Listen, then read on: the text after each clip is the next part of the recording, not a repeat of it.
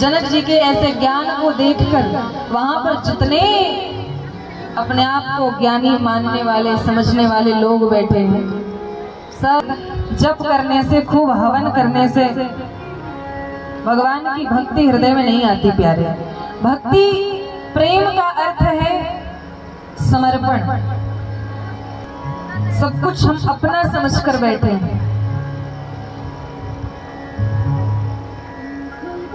भगवान श्री रामचंद्र जी जब 14 वर्ष के लिए वनवास में गए तो अपनी पत्नी और अपने छोटे भैया के संग में अनेक ऋषि महर्षियों के आश्रम में जा जाकर दर्शन करते, दर्शन देते। हर जगह सुंदर सत्संग प्रवचन भी होता। सबका संतों का दर्शन आशीर्वचन लेते हुए भगवान मानव लीला कर रहे हैं, तो सबके घर जा जाकर मानो सबकी साधना का फल दे रहे हैं। तो ऐसे ही भगवान चलते चलते अत्रि ऋषि के आश्रम में गए। अत्रि ऋषि के यहाँ जाकर भगवान ने उनके जीवन को धन्य किया है। भगवान के उस रूप सुधा का पान करके, भगवान के दर्शन करके अत्रि ऋषि का आज ज्ञान जागृत हो गया। बोले ऋषि हैं, अरे ऐसे वैसे ऋषि नहीं, ब्रह्मा जी के पुत्र हैं, तपस्वी हैं, तप करते हैं, ध्यान करते हैं, यज्ञ करते हैं, हवन करते हैं। तो ऐसे ऋषि अत्रि ऋषि जब भगवान का दर्शन उन्होंने किया तो भगवान को देखकर उनकी सुंदर मति बुद्धि पवित्र हो गई। बोले अभी तक नहीं थी क्या? बोले नहीं। किसने कहा? बोले अत्रि ऋषि स्वयं बताते हैं। भगवान को देखकर अत्रि ऋषि ने भगवान से स्वयं कहा है,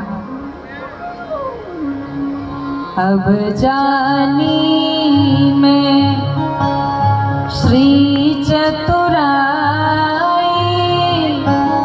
श्री चतुराई,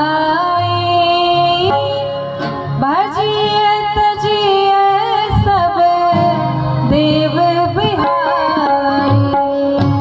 अब जानी मैं श्री चतुराई, श्री चतुराई, भजिए सब देव बिहारी, भजिए तजिए सब देव बिहारी।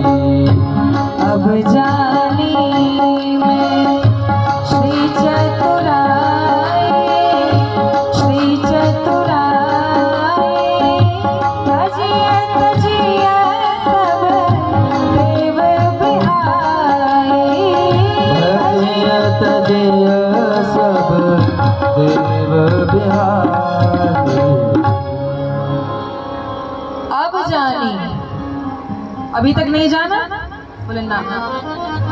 अब जानी मैं क्या जाने? श्री चतुराई। श्री कहते हैं लक्ष्मी जी को। बोले लक्ष्मी जी की चतुराई को मैं आज जाना। बोले कौन सी चतुराई है भैया? बोले समुद्र मंथन से आगे आप सब कथा श्रवण करेंगे। समुद्र मंथन से लक्ष्मी जी का प्राकट्य हुआ। जब अमृत के लिए समुद्र का मंथन किया जा रहा था देवता और दैत्य के द्वारा, उसी समुद्र से लक्ष्मी जी प्रकट हुई। वहां पर ऋषि महर्षि सब समुद्र तट पर खड़े हैं, देख रहे हैं समुद्र मंथन। ब्रह्मा, नारायण, शिव, सुंदर सुंदर सब देवता और बड़े प्रतापशाली शक्तिशाली सब दैत्य, मनुष्य, ऋषि, मुनि, तपस्वी